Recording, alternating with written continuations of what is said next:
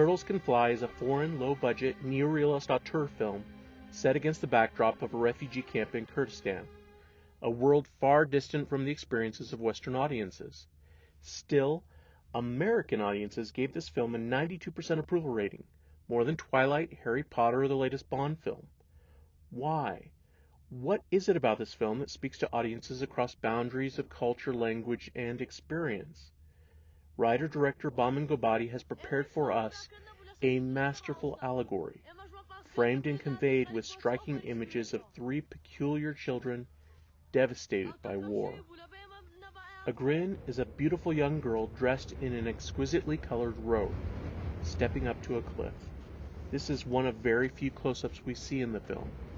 Look at the contrast, her dark, deep crimson robe against the washed-out sky and the gray rocks beneath her. Here, without knowing any backstory, this extreme wide shot communicates her intense isolation. And still, the same image conveys a courage, a strength to her character. She stands at the top of the cliff, determined, alone. Then back to the close-up. The next scene takes us to a moment of thoughtful comedy. A dozen different silhouettes, all the villagers floundering to set up their own radio antenna. Again, notice the extreme wide shot. Here we do not sense isolation, but a happily familiar circumstance that connects us all. Everyone is trying to accomplish the same thing. And notice how the radio lines connect us visually with the villagers. Notice also the visual illusion of the sky in this shot to the sky in the previous scene. We're all trying to accomplish the same thing, every one of us. Next we're introduced to Soren, a teenage boy who everyone calls Satellite. He works on a radio antenna against the same sky. A grin enters the frame.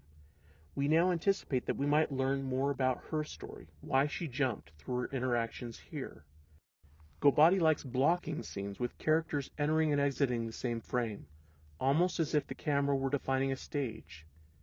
The scene ends with Satellite giving Agrin some rope and promising more. We're next introduced to our third protagonist, Hengoff.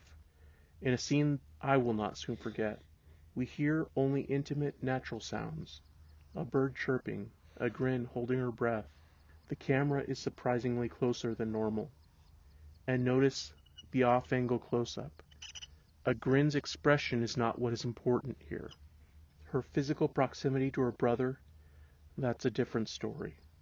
Over the course of the movie, we are introduced to an otherworldly preternatural landscape where maimed, disfigured orphans are forced to fend for their own livelihood among patches of minefield. These images are not something you forget. Agrin carries around her neck a blind child, the consequence of rape a couple years previous. Repeatedly, she tries to rid herself of the child. In this scene, we see the blind child, Riga, calling for his dad amidst piles of mortar shells. Agrin's attentions are elsewhere. But Hengoff, Agrin's clairvoyant brother, desperately tries to protect his sister and her child. The contrast of this young man's virtue against the constraints of his crippled body is a metaphor I've reflected on at length. Surely, if anyone is able to protect his family from this desolation, it must be Hengoff. But Agrin is hopelessly damaged. She looks for a way, any way, to escape her life. And her determination will not be derailed. Satellite's story is different. He's a brash, optimistic young man who sees in Agrin a pretty girl. He is making the best of things, maybe looking to start a family of his own, anticipating the new world full of technology the Americans will doubtlessly bring with them. Gobadi uses exclusively non-professional actors. From another director, this might be a liability. Satellite's character, for example, is not performed with the depth we might expect from a professional. His mannerisms and constant shouting border on overacting. But that doesn't matter. The script is crafted so that blocking and line of action overshadow the importance of any one particular performance. We see close-ups only when the director chooses to emphasize a turning point, and often those close-ups obscure the actor's expression. Character development, then, is communicated primarily through actions, gestures, interactions, irrespective of a given actor's talents. The script ensures it. Surely this must be a mark of excellence. Noteworthy also are Gobadi's storyboards. He sets these scenes up with such visual expressiveness that we as an audience are almost able to see a symbolism to the shortcomings of Saran's performance. Consider, for example, his relationship with Agrin and his affected expressions of love. This is a child. He doesn't know what love is, but his expressions are less important for their misrealization than as a contrast to the less than honest affection he demonstrates toward the children who unwaveringly follow him. Repeatedly, we see him ignore their well-being, only in the next breath to shout to some adult the responsibility he feels toward them. This paradox of affection comes to a head when Agrin's child wanders into a minefield. Here we have an exquisite image and a carefully blocked sequence. A blind, innocent child, alone in a minefield, with no one to help, and a crowd looking on. Satellite arrives to survey the situation. As an audience, we ask, what does he love? On the one hand, he might attempt to protect the child as an overture to Agrin or Hangoff, an act of self-interest. On the other, he might simply pretend to care enough for the child to demonstrate bravery for the benefit of the children looking on. Satellite does, in fact, for a moment hesitate. Has anyone gone to get his brother? Satellite had not come to the minefield thinking the situation would threaten his own safety. Even so, in a moment like so many that fill our lives, Satellite recognizes that if anyone is going to save this boy, it must be him. He enters the minefield recognizing the danger, but optimistic that nothing will happen. After all, he has managed to survive the war unharmed this far, and the blind boy found his way into the minefield without getting hurt. But the child refuses to stand still, not after being shouted at or warned that he's in the middle of a minefield. He just doesn't understand. He's a child. So Satellite must invest himself to the situation further. As he approaches, the children looking on attempt to distract the child with a horn on Satellite's bike. It works, but Satellite looks back to his bike, clearly concerned that his material wealth has been drawn into the situation as well.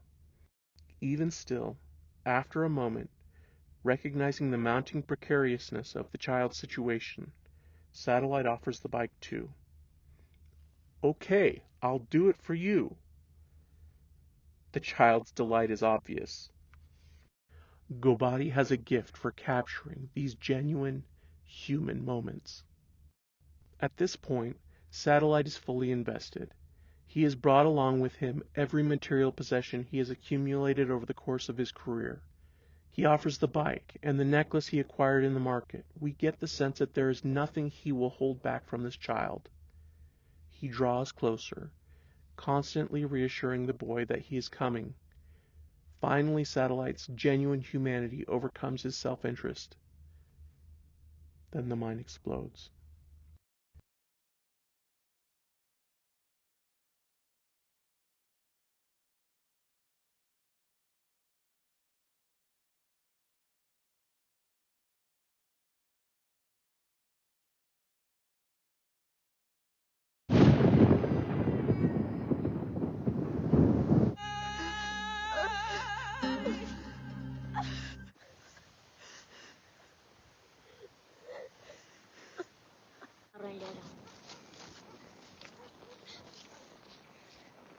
خانم سروش کچین سروش کچای کرسک لبیتو کچای استاک بوتو پیکو هم ماندچین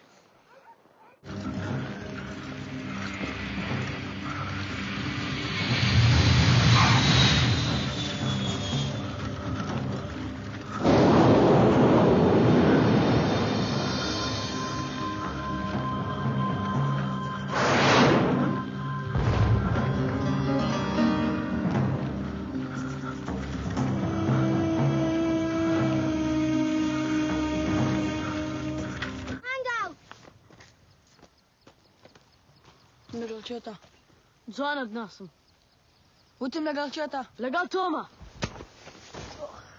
كاك ستلي